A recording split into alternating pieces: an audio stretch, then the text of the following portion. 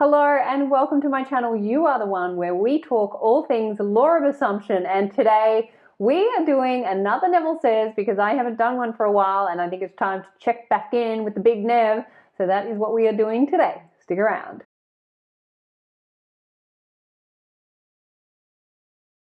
Okay, this is my beautiful Dora.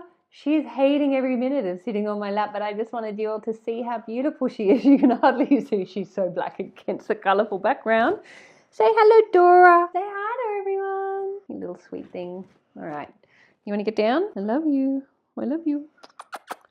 Okay, now that you've met my beautiful baby, it's time to do another Neville Says. And I wanted to do this video on thought transmission, which I spoke about in my last video. I absolutely love this topic and it's something that I use in my life every day with great success. It's just become, it's something that has become so natural to me. It's like picking up the phone and calling somebody. That's how natural thought transmission is in my life. I use it regularly. I use it with absolute confidence. I know this works because it does work on a regular and consistent basis in my life. But I wanted to share a bit more about what Neville talks about in terms of thought transmission. So we are going to take a paragraph from the book Prayer, The Art of Believing, and the chapter, The Law of Thought Transmission. A person who directs a malicious thought to another will be injured by its rebound if he fails to get subconscious acceptance of the other. As ye sow, so shall ye reap. Furthermore, what you can wish and believe of another can be wished and believed of you, and you have no power to reject it if the one who desires it for you accepts it as true of you. The only power to reject a subjective word is to be incapable of wishing a similar state of another. To give presupposes the ability to receive. The possibility to impress an idea on another mind presupposes the ability of that mind to receive that impression. Fools exploit the world, the wise transfigure it. It is the highest wisdom to know that in the living universe there is no destiny other than created out of imagination of man. There is no influence outside of the mind of man. Wow, what a paragraph. So powerful. Now I just want to start by saying the word man does not mean gender. It is not a gender term. It means manifestation. It means God in human form. So you and I are man. It is not based on gender. I just want to make that really clear so that it doesn't sort of put you off what this teaching is about, because it's so powerful. Like probably many of you, I've gone through breakups, I've gone through situations where I've come out hurt and feeling angry and frustrated, and I've had negative thoughts towards the person who I have perceived as being the one who hurt me. Now, this is prior to me realizing that I am the God and cause and creator of my reality. So we're all human, having a very human experience. So there is no judgment about anything that any one of us has done, including myself. This is all about self-forgiveness and awakening. Of course, we are in the process of awakening, and we didn't know some of the stuff that we know now back then when we were kind of maybe secretly cursing that person or wishing them bad luck or whatever. So look, this is all said with a lot of compassion and a lot of love and acceptance and non-judgment. But now that you know that you are the God and cause of your reality, and that you know that everyone is you pushed out reflecting you back, not meaning they are exactly you, they are reflections of you reflecting back the stories and assumptions that you're holding about them and yourself, and that everything is coming from you, it becomes extremely difficult to wish malice or hurt on somebody who you perceive to have hurt you. Now, first of all, no one in your reality can do anything to you. They can only reflect back. So if somebody has hurt you, the question is, what have you done to yourself? How have you set that up? This is not about blame. This is about what was the story or the assumption that you are holding in consciousness first for that event to happen, for that person to do that and reflect that back. That's the first premise.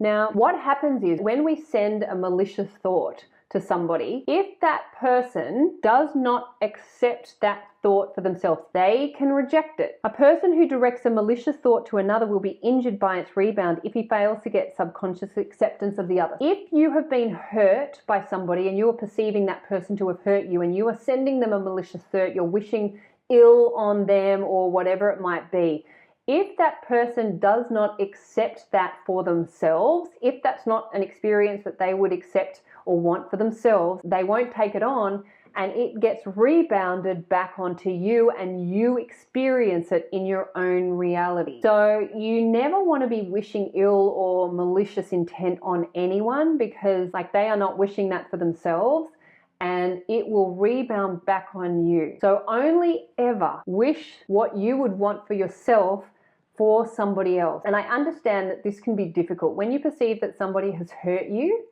it can be really hard to want to wish them well, but that is the way through to your freedom from that hurt. If you can wish that person well, you are wishing yourself well, because whatever you wish on another is what you wish for yourself. And I know I've done this myself. It can be really difficult, but I have forced myself to imagine them happy, to imagine them doing well.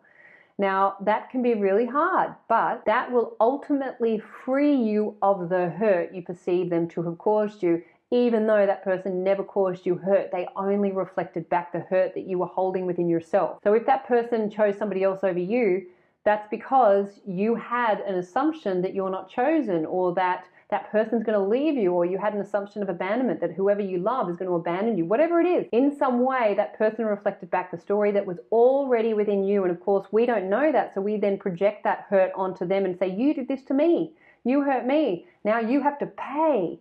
But that does not help anyone, especially you. And this is all about you writing the best movie for yourself and experiencing the best reality for yourself. And the way to do that is to only envision the best for others, even though you may have perceived to have been hurt by them. And I know that it feels very real. Don't get me wrong. I'm not discounting anything you experience in the 3D. I've experienced it all myself. We are awakening to the God and cause of the creators that we are. So you are everyone pushed out. Everyone is you reflecting back you. So if you wish ill on somebody, that is going to be reflected back on you in some way. I love this statement here. Fools exploit the world, the wise transfigure it. So if you feel somebody has wronged you, you do not need to go out into reality and seek revenge. You go in and do the work within. You transfigure it in imagination, and then your reality has to reflect it back, and they have to reflect it back. And what will happen is they will show up in a different version of themselves, not even knowing how and where the influence for that came from. It is the highest wisdom to know that in the living universe there is no destiny other than that created out of imagination of man. So if you want to experience being chosen, if you want to experience love, if you want to experience commitment, then you first have to awaken that state within you and then project that state onto the other. As long as you're thinking about what the other did and what the other should do and wishing them harm or whatever it might be, that is only going to keep you stuck in what it is that you don't want. Thought transmission is so powerful. It is so powerful. The thoughts you think towards another, they are not going unnoticed. They are literally creating your world. They are creating your movie. They are creating your universe, including the characters in it. So be really generous with your thoughts. When you are thinking of another, make sure you see them and think of them in their highest light, because that is you. That is you pushed out, and you want the best for yourself. You want to be in the best movie that you can write for yourself. So you have to be able to see that for another. Find some way to wish that person well. See that person in their highest ideal. See them happy, see them smiling, and see them saying beautiful things about you. The more you get into realizing that everyone is you pushed out and they were reflecting back the assumptions and the stories that you're holding within you, you will start to realize the impact of your thoughts that they are having on others. And so you will only want to wish others well. It doesn't mean you have to have them in your reality. You can delete them. You can choose to not have them in your movie. You're the scriptwriter. But just remember, everyone is you pushed out. They are reflecting you back to you. So you only ever want the best for yourself, meaning you only ever want the best for others. I hope that helps. I hope you give that something to think about. Please remember, as always, you are the amazing creators of your reality. You are the superstar of your show. You are the producer, the writer, the director, and the actor in your movie. What you assume to be true will be so. So assume the best for you and assume the best for everyone in your movie too, and you will have an amazing life. And this is my wish, my vision, and my prayer for you.